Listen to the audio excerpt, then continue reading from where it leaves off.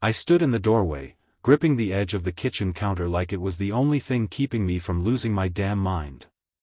Kayla was standing by the stairs with her suitcase, not even hiding it anymore.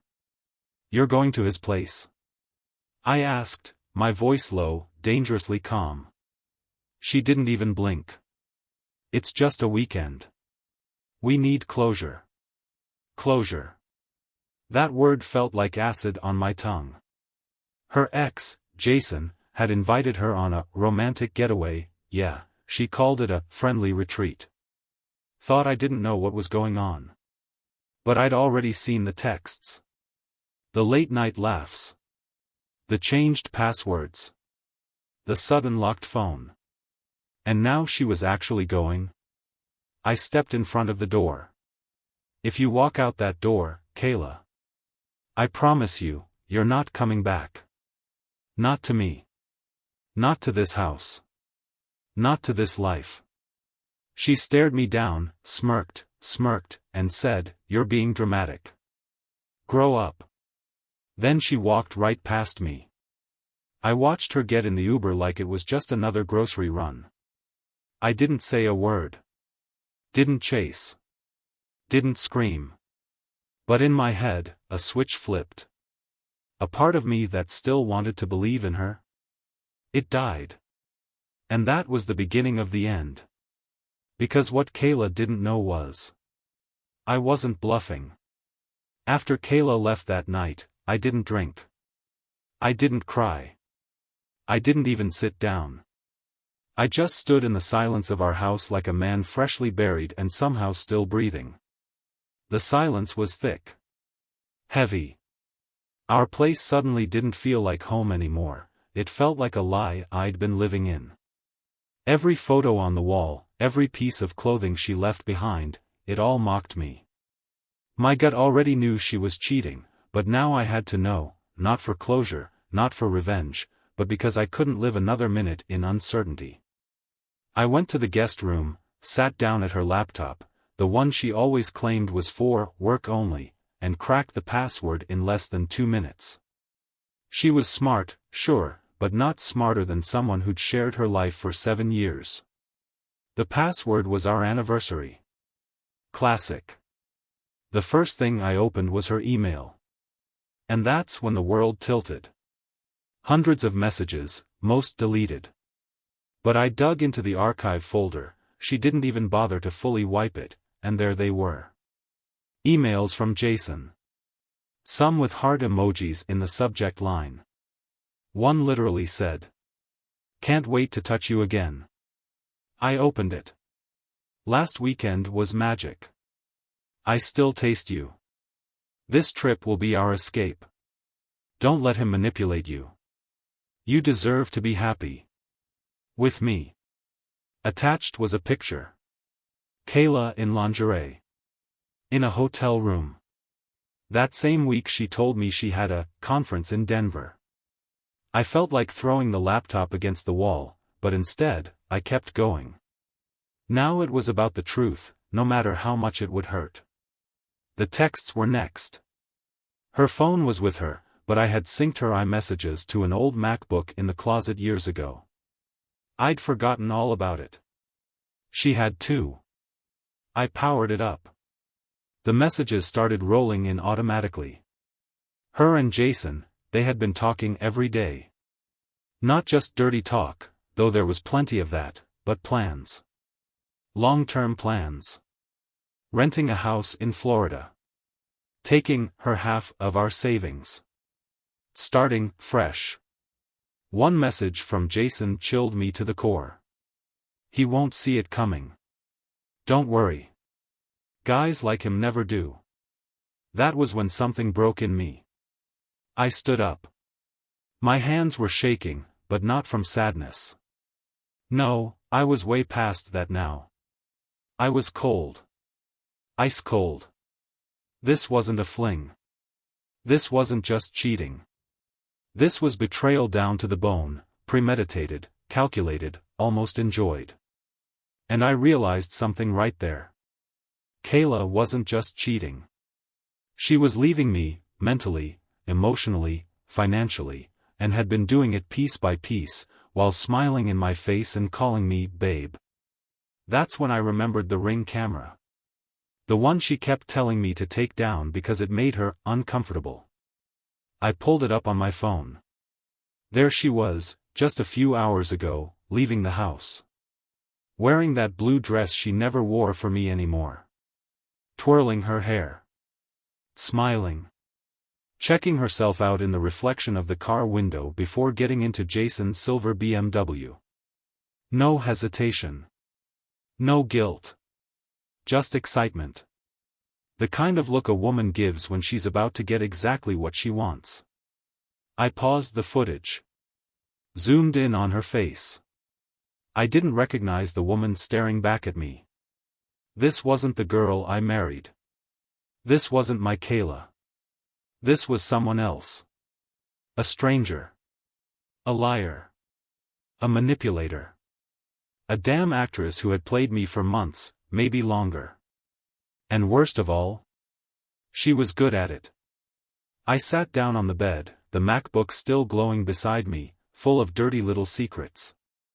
The house was still quiet, but it didn't feel empty anymore. It felt haunted. And I wasn't the one haunting it.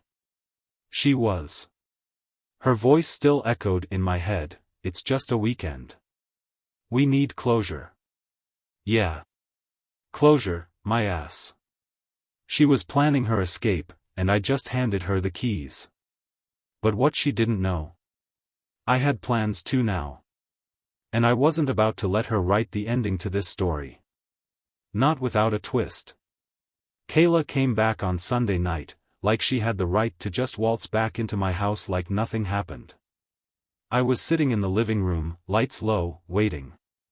She pushed the door open with her hip, dragging her little silver suitcase behind her like a smug damn tourist. She even had the nerve to hum some pop song under her breath, like she wasn't walking straight into hell. When her eyes landed on me, she flinched, just for a second. A crack in the mask. "You're up," she said, dropping her keys in the bowl like this was a normal Sunday night and she'd just gotten back from Target, not a weekend of playing house with her ex. I didn't answer. I just looked at her. She shifted, suddenly less sure of herself. "Look, I know what you're gonna say." But it wasn't. "Don't," I cut her off. My voice was flat. "Ice. Don't insult both of us by lying to my face. I know everything." She blinked, and for the first time, I saw a flicker of fear. She tried to play dumb. "Know what?" I stood up. Walked over to the table and opened the MacBook I'd left there. I hit the spacebar. The screen lit up with her messages. Her emails. Her hotel photos. Her whole damn betrayal on display like a crime scene. Kayla's eyes locked onto the screen. I watched her jaw tighten. For a split second, she looked like she was going to cry. But then, she didn't. She smirked. "You were spying on me," she snapped. "That's cute. Real healthy, Mason." That hit me harder than any punch ever could. Not because it hurt, but because it confirmed everything. She wasn't sorry. She wasn't even pretending to be. I stared at her. "Spying? You were planning to leave me. Behind my back. With him. The guy who *****ed you over years ago, and now you think he's suddenly your savior?" She crossed her arms and leaned against the wall. "You want the truth? Fine. Yeah, I was going to leave. I'm tired of pretending with you. You're boring. Predictable. You don't challenge me. Jason, he makes me feel alive." I laughed, a hollow, dead sound. Alive? Or just easy to manipulate? You think this loser who couldn't keep a job or a clean record suddenly became Prince Charming?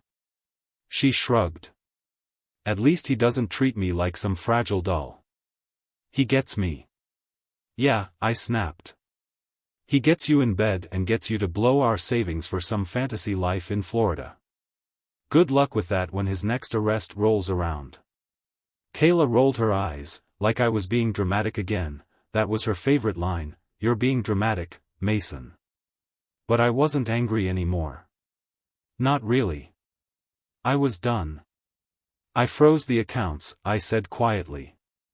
Changed all the passwords. Pulled my name off the joint credit cards. You're not taking another cent of my money for this little rom-com you're writing with your ex. Now that got her attention. Her whole face shifted. What? You heard me, I said. You wanted freedom? You got it. But you're not taking my life down with you. She stepped forward, venom in her voice. You think you can control me like this? After spying on me like some creep? I didn't flinch. I gave you a warning before you left. I meant it. You walked out that door, Kayla. You made your choice. Now live with it. There was a silence, a thick, suffocating silence. Then, like a spoiled child denied a toy, she exploded. You're pathetic. You think I need you? I stayed with you out of pity, Mason. You're nothing without me.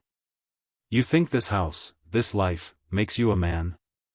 You're a scared little boy who clings to rules and routines because you're too weak to be wild. She was screaming now. I just stared at her. Let her finish her performance. Then I said, calm as hell, take your suitcase. Take your car. And take your drama elsewhere. You don't live here anymore. She looked stunned. Like she actually didn't expect me to mean it. But she picked up her suitcase. Paused at the door. You'll regret this, she hissed. I shook my head. No, Kayla. I regret not seeing who you really were sooner. She left. Slammed the door hard enough to rattle the walls. But it was over. And it was just the beginning. I thought that once Kayla walked out, it would be over. But people like her don't just leave. They circle back like vultures. Not for love. Not for forgiveness. But for control, and maybe a taste of chaos, just to see if they still matter. 3 days passed. 3 days of silence. I was beginning to breathe again, starting to feel the edges of sanity return, when the first grenade landed, in the form of a phone call from my bank. Mr. Carter, we've noticed multiple attempts to access your frozen joint account from an out-of-state location. Florida. Of course. I told them to flag everything. Freeze the assets again. She was trying to drain the last of it, even after I warned her. Even after she stood in my face and spat venom. She wasn't scared. She was entitled. And Jason? He wasn't silent either. That same night, I got a message request on Instagram. The username was something stupid like @AlphaJ87, with a profile pic of him shirtless in some gym bathroom mirror. Real class act. I clicked on it. You think you won, bro? She's mine now. She chose me. Don't come crying when she moves on like you never existed. He attached a picture. Them. Together. In bed. Half covered, tangled in sheets, her head on his chest. Both smirking. I didn't respond. I didn't even blink. Because what Jason didn't know was, I wanted him to send that. The more arrogant he got, the more reckless they both became, the easier it was for me to line up what was coming next. And believe me, I was lining things up. But first, I had to face the backlash. The whispers at work started before I even made it to my desk. My buddy Evan pulled me aside. Hey man, you okay? Kayla posted something on Facebook. Said you kicked her out, took her money, and ruined her life. She was already painting herself as the victim. Classic. I told him the truth. Not all the dirty details, but enough. And to my surprise, Evan didn't hesitate. She's a damn snake, man. We all saw it. You were the only one still giving her halo treatment. That hit hard. Not because he said it, but because it was true. I'd been blind. Maybe I wanted to be. Kayla knew how to smile, how to touch your shoulder just right, how to cry at the exact second that made you feel like you were the villain. I used to call that emotional intelligence. Now I call it what it is, manipulation. Later that night, my doorbell rang. I checked the camera. It was her. Standing there, fake crying, wrapped in a hoodie like some heartbroken teenager. I opened the door just enough to lean against the frame. "I just want to talk," she said, eyes wet, voice soft. "You already did," I replied. "Now it's my turn." She tried to walk in. I didn't move. "You're not welcome here anymore." She looked stunned. Like she genuinely didn't expect me to still be firm. "Are you seriously doing this? After everything?" she gasped. "Yeah," I said. "Because everything is the problem." She scoffed. "You're throwing away 7 years for what? Pride?" I leaned closer. "You threw it away for hotel rooms, half-naked selfies, and a loser who thinks lifting weights makes him a man." Her face twisted. "Jason loves me." I laughed. "No. Jason uses you. And soon, he'll leave you too. And when that happens, don't come back here." I shut the door. Not slammed. Not dramatic. Just closed it. And on the other side, I could hear her breathing shift, the tears drying up, the manipulation short-circuiting. Because this time, I wasn't breaking.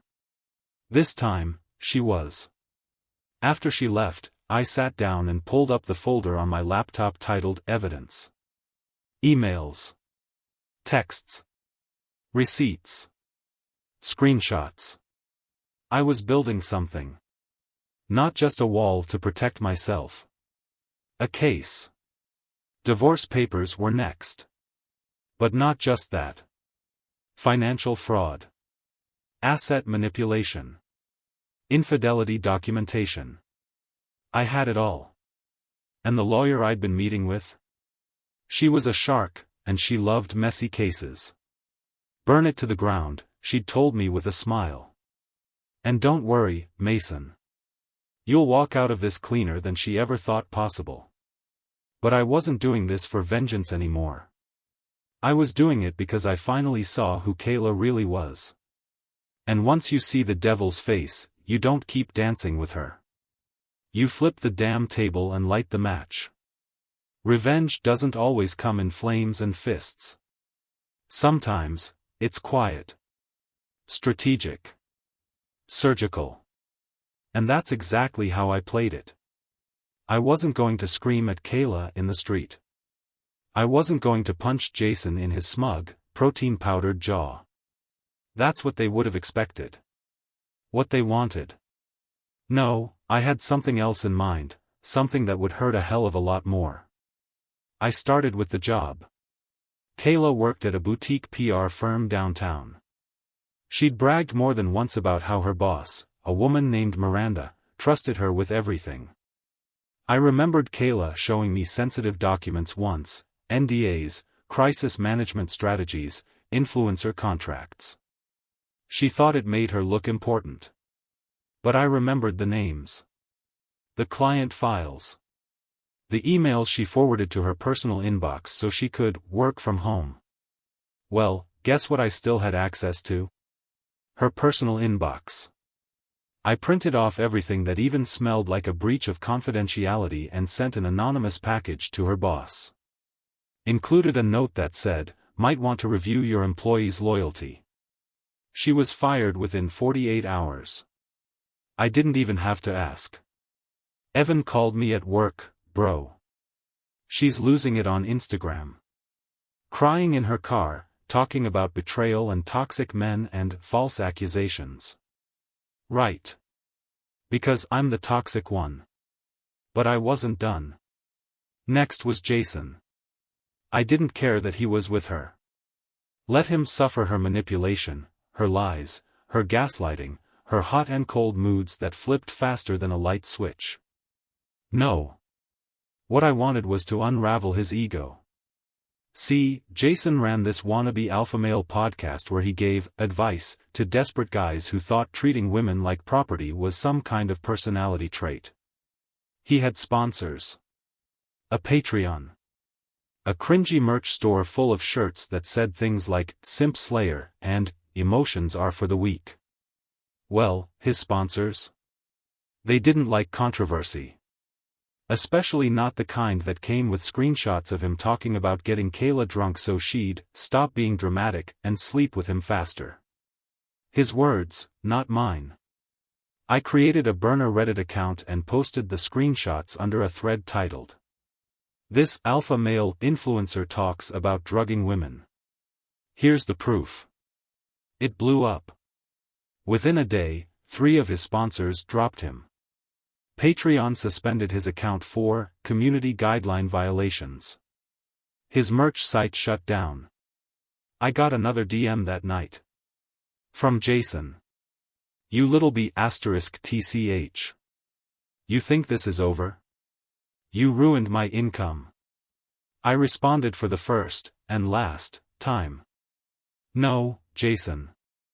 You ruined your income. I just showed people who you really were."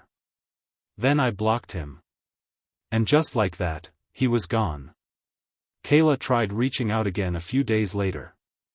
Texted me some pathetic half-apology, said she'd messed up, that Jason wasn't who she thought he was, and she wanted to talk like adults. I replied with a picture of the divorce papers sitting on my lawyer's desk. Then nothing else. The silence must have killed her. But I wasn't doing any of this for validation. I didn't want her back. I didn't want her tears. I just wanted one thing. Freedom. Real freedom. The kind you feel when a weight's been sitting on your chest for months, maybe years, and it finally lifts. You don't even realize how crushed you were until you can finally breathe again. And man, I was finally breathing. For the first time in forever, my house felt like mine again. I moved her stuff out within a week. Took the wedding photos off the walls. Sold the bed, the same one she probably brought Jason into when I was working late, and replaced it with something new. The last thing I did? I changed the locks. Physically, metaphorically, emotionally. I locked her out of my life. And as I sat on my back porch one evening, whiskey in hand, dog curled at my feet, I realized something powerful. I hadn't lost a wife. I had dodged a bullet. A manipulative, lying, soul-draining bullet wrapped in designer clothes and fake apologies. People ask me now if I'd ever take her back. If I'd ever forgive her. My answer's simple. Forgiveness is earned. And Kayla? She never even apologized. Not really. She just got caught. After the smoke cleared, something strange happened. For the first time in years, I woke up peacefully. No Kayla in the bathroom blasting makeup tutorials. No passive-aggressive sighs over breakfast. No fake smiles. No guilt trips. Just silence. And for once, it didn't feel empty. It felt like mine. I stood in front of the bathroom mirror and looked at a man I barely recognized anymore. Same eyes. Same stubble. But there was something different. The pain was still there, sure, but beneath it, something colder, steadier, stronger. I wasn't broken. I was becoming. The first thing I did was tear apart the bedroom. Not in anger. In rebirth. I dumped every piece of her clothing into boxes. Every fake letter, every perfume bottle she used to wear when she'd lie about girls' night out. Gone. I sold her vanity mirror. Trashed the designer pillows she cared about more than our marriage. Then I took a sledgehammer to the wall where we hung our wedding photo. Literally. I patched it up later. Repainted it myself. Deep charcoal gray. Bold. Clean. Every room I changed felt like a piece of her losing grip. And a piece of me returning. But it wasn't just about the house. It was about me. I went back to the gym. Not to look good for dating, not to flex online. I didn't care about that. I wanted discipline. Control. I wanted to look in the mirror and respect the man staring back. It took weeks. Early mornings. Sore nights. But the results came fast, because the anger fueled me, and the purpose focused me. My buddy Evan noticed. We started hanging out more. No more double dates, no more pretending to be happily married Mason. Just guys being real. "You're different, man," he said one night as we sat outside with a couple beers. "Not just the gains. You've got this clarity. Like you see through the bullsh *T now." I nodded. "Yeah. I do." I started journaling. Sounds soft, maybe, but it wasn't some diary crap. It was war strategy. Mapping my mind. Keeping track of triggers. Reminding myself of what I'd learned. And oh man, I'd learned a lot. Lesson 1, never ignore your gut. Lesson 2, if someone lies easily, they'll lie often. Lesson 3, peace is better than a relationship built on chaos. Lesson 4, people will only treat you as badly as you allow. And the most important? Lesson 5, closure isn't something they give you. It's something you build for yourself. I blocked Kayla on everything. She tried texting again, around week 4. This time it was a photo of an old picture, us at the lake, back when we were still in that honeymoon haze. No words. Just the photo. I didn't reply. I didn't even look at it twice. I deleted it, cleared my trash, and smiled. She wasn't sending that because she missed me. She was testing the lock. But I'd changed the key. Divorce was moving fast. My lawyer had everything she needed. Turns out, her attempts to access frozen funds and leak confidential work documents weren't just shady, they were illegal. And while I didn't want to ruin her life, I was absolutely okay with her having to rebuild from rock bottom, the same way I had. Difference was, I wasn't the one who dug the hole. One night, as I sat alone, I opened my laptop and started writing something new. Not a journal. Not a rant. Something real. A story. About a man who loses everything, and finds himself. Maybe it'll be a book one day. Maybe no one will read it but me. Doesn't matter. What mattered was, I was living again. And for the first time in a long, long time, I wasn't surviving my life. I was writing it. They say when you finally start to heal, that's when the past tries to claw its way back in. I didn't believe that, until it happened. It had been 2 months since I last heard from Kayla. 2 months of peace. Clean mornings. No lies. No gaslighting. The divorce was nearly finalized, my lawyer said everything was running smoothly. That alone should have raised a red flag. Because Kayla? She never let anything end quietly. I was at work when I got the call. My phone buzzed with a number I didn't recognize. Normally I'd ignore it, but something in my gut said answer it. I did. "Mr. Carter? This is Detective Salinas with the Jacksonville Police Department. We need to speak with you regarding a complaint that's been filed." My heart dropped. "Complaint?" I asked slowly. "Yes, sir. A woman by the name of Kayla Preston has accused you of domestic threats, financial abuse, and emotional coercion. She's filed for a temporary restraining order and submitted evidence. We're required to open an investigation. For a second, everything just froze. Then I laughed.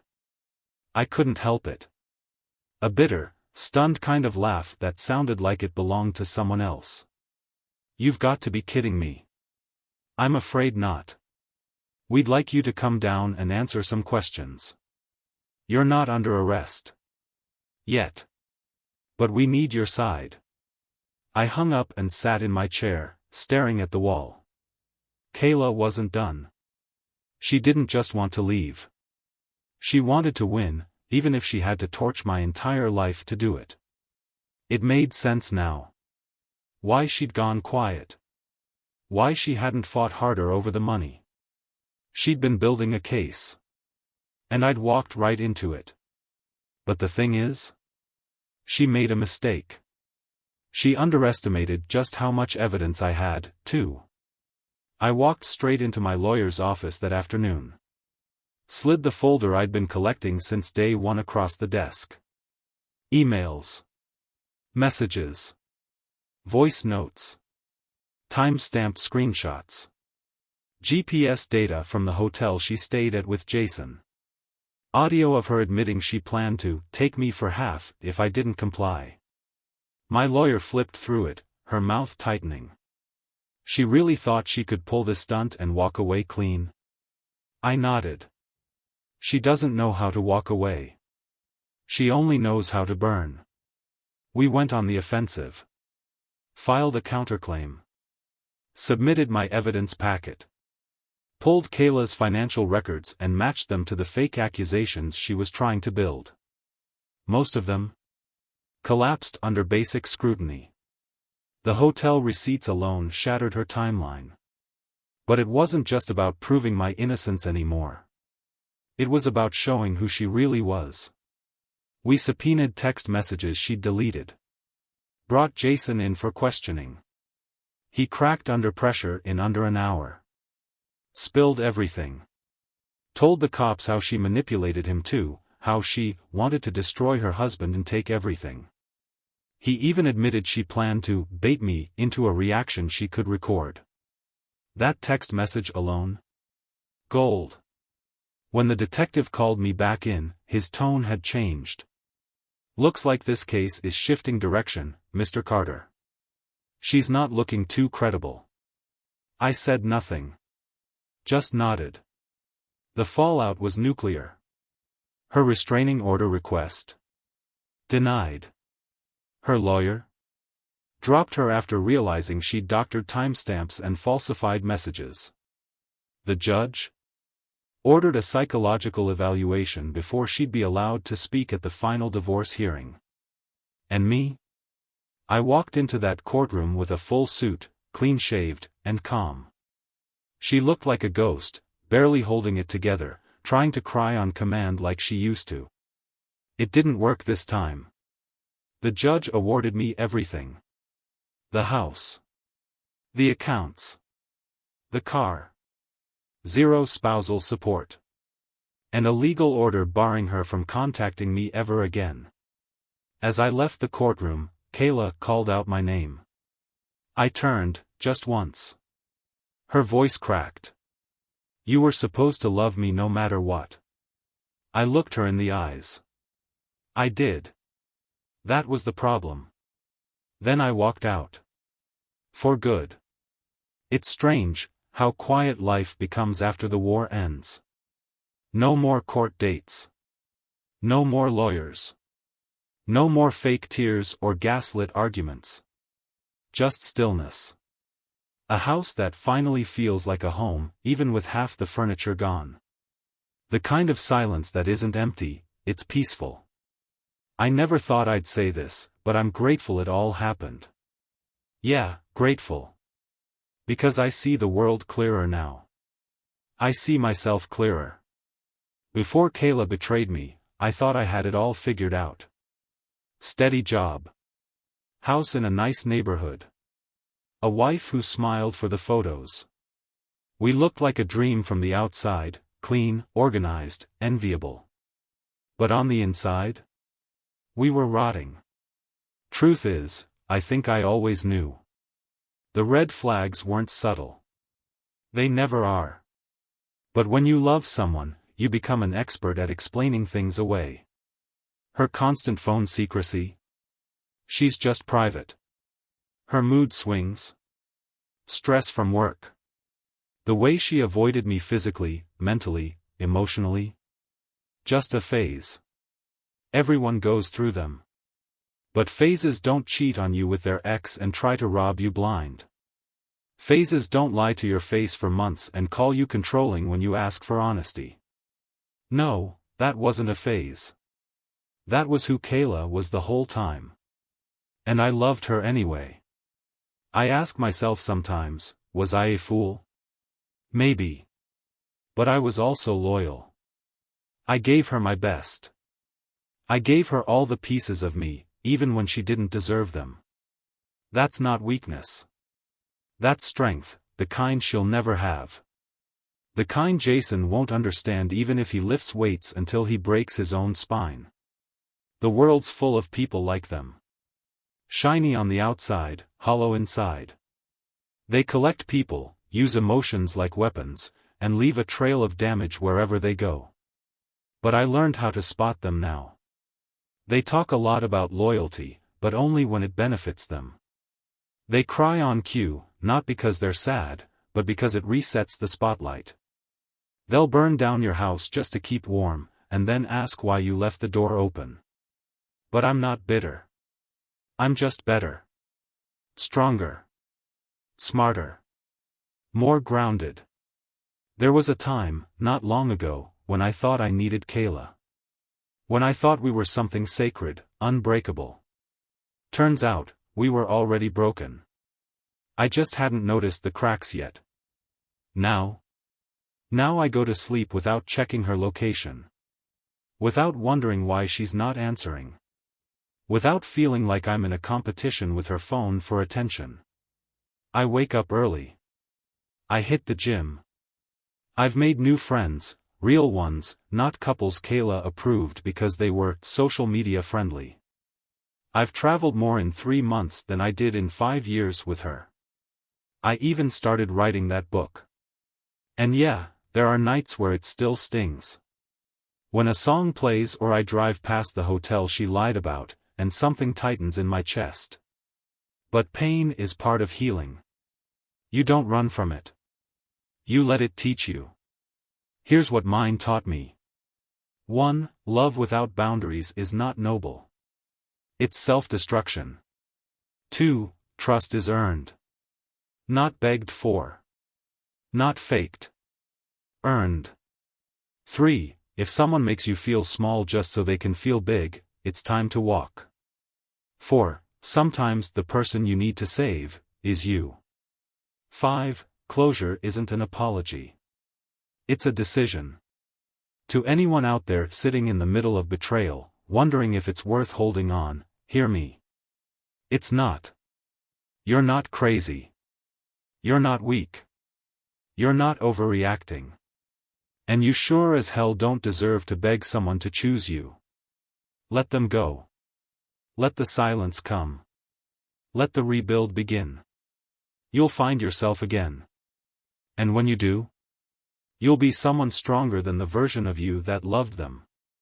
You'll be someone unbreakable. And no one can take that from you.